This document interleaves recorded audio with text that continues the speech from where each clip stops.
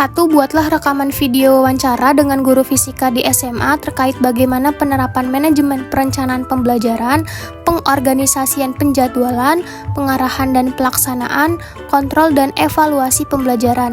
2. Berikan contoh modul ajar yang ada di SMA. 3. Berikan penjelasan bagaimana subtopik bagian yang dipresentasikan masing-masing mahasiswa yang diterapkan di SMA.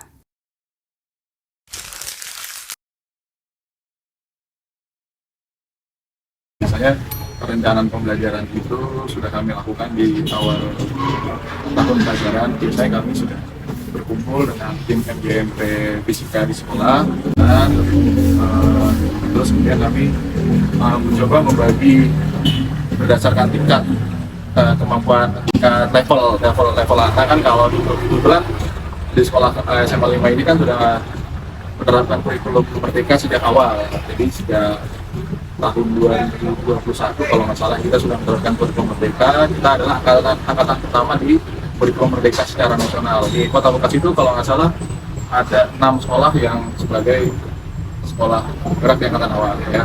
Kami di awal semester itu selalu menyiapkan angkat pembelajaran terlebih dahulu sebelum kita melakukan eksekusi.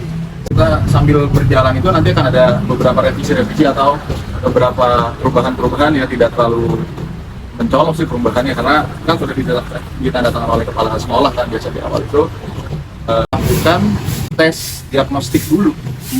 Itu yang paling penting. Jadi kita bisa memetakan sudah berapa persen nih kemampuan dasar yang dimiliki oleh siswa-siswi dan diagnostik. Nah, setelah kita melakukan tes diagnostik baru kita bisa apa sih ini yang mau kita lakukan gitu.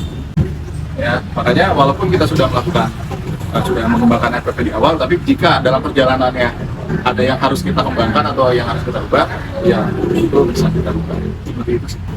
Kalau di kurikulum Merdeka di kelas 10 itu fisika tidak berdiri sendiri, tapi ada namanya mata pelajaran IPA. Kurikulum Merdeka tadi kan, nah jadi mata pelajaran IPA. IPA itu sendiri ya seperti kalian tahu lah, ada fisika, ada kimia, dan ada biologi. Dan nah itu kalau di kelas 10 nanti dari fisika, kimia, biologi itu nilainya 1, namanya IPA. Nah, jadi nanti dirata-ratakan tuh berapa nilai IPA dan segala macamnya. Nah, di kelas 10 itu kebetulan di SMA 5 ini per minggu 3 JP per minggu. Nah, 11 dan kelas 12 itu sudah berubah fasenya, sudah berubah menjadi fase F. Kelas 10 itu namanya fase E. Kalau di kelas 11 itu namanya fase F. Nanti fase F itu pembelajaran fisikanya tidak 3 JP lagi per minggu, tapi berubah menjadi 5 JP per minggu. Kalau secara normal 5 JP per minggu itu ya berarti 5 dikali 45 menit per minggu. Itu pembelajaran fisika yang ada di kurikulum. Karena beban belajar ketika sudah di kelas 11 ke kelas 12 dan kelas 12 itu beban belajarnya memang ya pakai PET simulation gitu kan. Ya, kebetulan tahun ini saya ada kelas 12. Kebanyakan materinya abstrak sih ya. 11 kan materinya masih dinamika dan segala macam kan. Kalau dari kelas 12 masih fisika klasik lah, masih bisa kita lihat. Tapi kalau dari kelas 12 itu kan udah masuk ke fisika modern ya. Nah, biasanya untuk menjelaskan fenomena-fenomena yang seperti itu ya saya biasanya pakai PET simulation. Jelaskan tentang teori efek fotolistrik itu kan susah. Tidak mungkin kan, kita tidak mungkin melakukan percobaan secara real untuk menerapkan efek fotolistrik kan. Makanya biar anak tahu fenomena efek fotolistrik itu seperti apa, saya pakai PET simulation. Kalau kita pakai PET doang, udah pernah kan belajar listrik? Iya udah pernah ketika kuliah nih kayak kamu nih, kuliah kan, udah pernah banyak. Tapi ketika praktikum elektro atau ini lah, potongnya gimana kan? Gitu. Percaya kan? Ya, kalau evaluasi pembelajaran secara umum, biasanya kita menggunakan untuk harian pakai formatif. Untuk yang per periode biasanya kita pakai sumatif. Minggu depan, besok akan dilaksanakan PSAS, penilaian sumatif akhir semester. 2 bulan yang lalu diadakan penilaian sumatif tengah semester, PSTS. Biasanya untuk evaluasi sehari-hari, saya biasanya untuk anak, biar tahu anak paham apa enggak, bukan pakai ulangan. Langsung saya melaksanakan kuis di akhir pembelajaran atau ketika pembelajaran.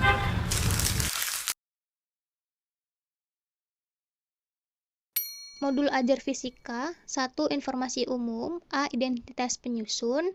Instansinya SMA Negeri 5 Bekasi, nama pendidiknya Jatmiko Hartanto, kelas 10, topik pembahasan energi terbarukan dan tak terbarukan.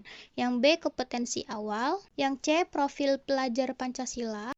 Yang D, sarana dan prasarana. Yang E, target peserta didik. Yang F, modul pembelajaran. Yang kedua ada komponen inti di mana ada tujuan pembelajaran, asesmen, pemahaman bermakna, pertanyaan pemantik, kegiatan pembelajaran,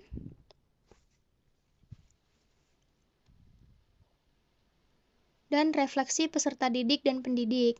Yang ketiga ada lampiran di mana terdapat lembar kerja peserta didik, pengayaan remedial, bahan bacaan pendidik dan peserta didik, glosarium, dan daftar pustaka.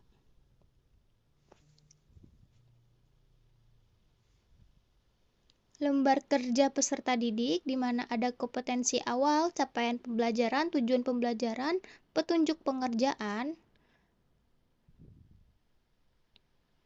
dan disertai pertanyaan. Dan di sini ada rubrik penilaian LKPD,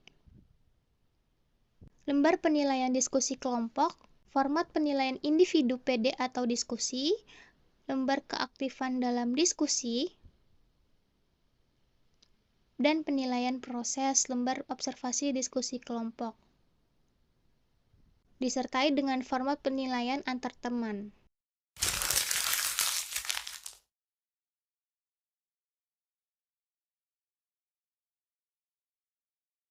Menurut Bapak sendiri, seberapa penting feedback dalam membantu siswa memahami konsep-konsep fisika yang sulit? Sulit itu kan berarti kan beberapa sulit, beberapa mudah kan? Bagi anak-anak itu fisika susah. Ada yang mudah. Ya kan? Fisika itu susah, makanya ya kita harus bisa membuat atau kita harus bisa merencanakan gimana fisika itu menjadi lebih menyenangkan gitu. Misalkan dalam materi, dulu saya waktu ngajar kelas 10. Waktu ngajar kelas 10, materinya energi terbarukan. Saya menggunakan metode PJBL. Apa PJBL? Iya, Project Based Learning. Jadi di bab tersebut saya mengajar dengan menggunakan PJBL. Gitu kan? Mungkin anak-anak energi terbarukan itu apa gitu kan? Pasti energi terbarukan kayak sulit gitu. Akhirnya saya kasih introduction dulu mengenai energi terbarukan itu apa dan segala macam. Akhirnya pertemuan 2-3 pertemuan ke depan, 2 pertemuan ke depan itu anak-anak saya suruh membuat project tentang energi terbarukan. Apa sih itu energi terbarukan? Silakan kamu membuat suatu alat atau suatu konsep yang bisa rangkang atau bisa menciptakan energi yang terbarukan tuh kayak gimana ya? Seneng banget. Itu kan juga bisa sebagai satu umpan ya kan, umpan untuk anak. Jadi fisika itu nggak yang dihitung bab ini bab selesai ulangan, besok udah masuk bab lagi yang baru ulangan lagi ya kan. Nah makanya metode-metode seperti itu yang diperlukan. Makanya gimana? Oke. Penting ya Pak untuk feedbacknya itu kepada siswa dalam konsep-konsep fisika yang sulit itu. Iya, penting banget. Pokoknya nanti kamu baru bisa how to kalau udah jadi guru beneran. Gitu. Konsepnya ke situ aja. Jadi ternyata jadi guru tuh nggak mudah. Bagaimana kita harus bisa menciptakan pembelajaran yang menyenangkan di dalam kelas kan, biar feedback dari anak juga itu mau galak. Pelajarannya aja susah. Biar anak-anak tuh memberikan umpan balik ke kita juga. Fisika. Walaupun dalam hati mungkin bohong kan. Gitu, pembelajaran menyenangkan salah satunya itu tadi.